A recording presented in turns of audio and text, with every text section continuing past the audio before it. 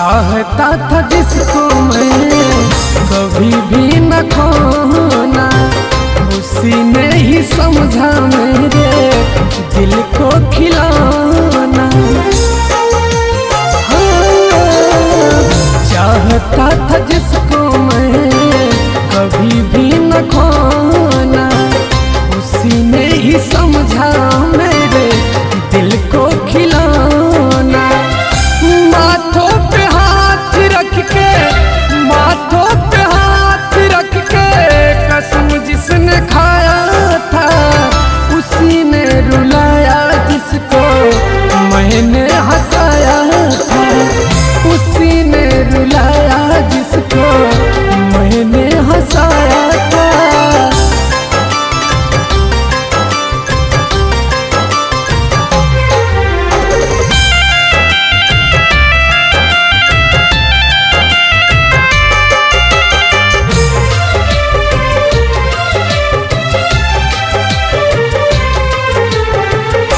गुम हो गया है मेरे जीवन से सवेरा, पत्थर दिल वाले न समझेंगे दर्द मेरा।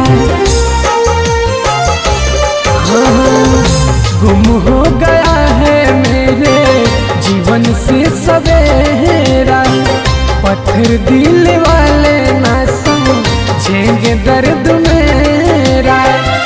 कांटों पे सो के उनको, कांटों पे सो के उनको फूलों पर सुलाया था, उसी ने रुलाया जिसको मैंने हंसाया था, उसी ने रुलाया जिसको मैंने हंसाया था।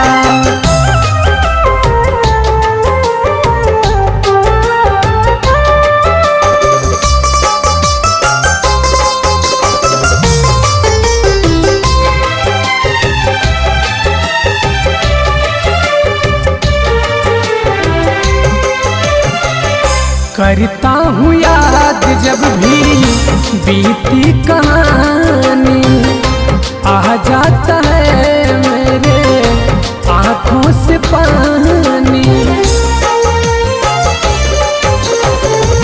करता हूँ याद जब भी बीती कहानी, आ जाता है मेरे आँखों से पानी।